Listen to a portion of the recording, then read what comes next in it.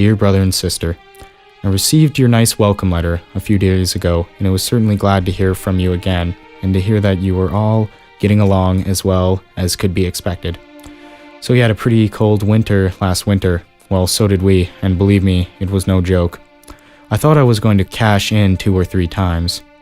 Yes, Ethel and I have seen both Jim and Tom. They're both looking well. I seen Jim yesterday, and seen Tom about 2 weeks ago. Willie is getting along alright. He is as fat as a pig. He can hardly see out his eyes.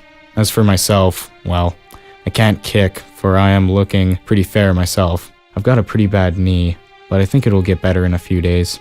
It is pretty sore just now, but that's only one of the fortunes of war.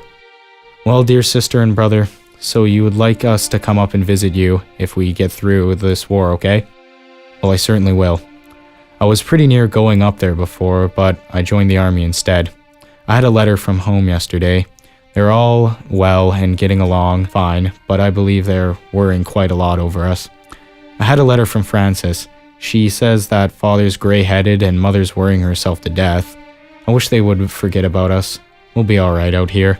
We're taking a chance, and a big chance too, but there's a lot of better men than us who took the chance, so I don't see why we shouldn't have a shot at it. But at the same time, I am ready to quit at any time, believe me, for I've certainly got my belly full of it. We're having very hot weather over here at present. Almost comes over a fellow, but today is a whole lot cooler, and it also looks like rain. I hope it does, for it would cool the weather a lot. How is Mr. and Mrs. Saunders? Remember me to them when you see them, and tell them that all goes well with their boys. Well, dear brother and sister, I don't know whether you'll believe me or not, but it's the hardest thing in the world for me to write a letter, so you'll have to excuse me, but I've always tried to do my best, and that's as much as anyone can do, isn't it? So I guess I had better bring this to an end. I'll try and do better next time.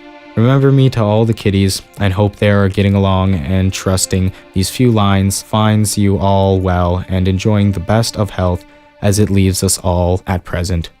Hoping to hear from you again soon, I remain your ever-loving brother, Edward Alcock.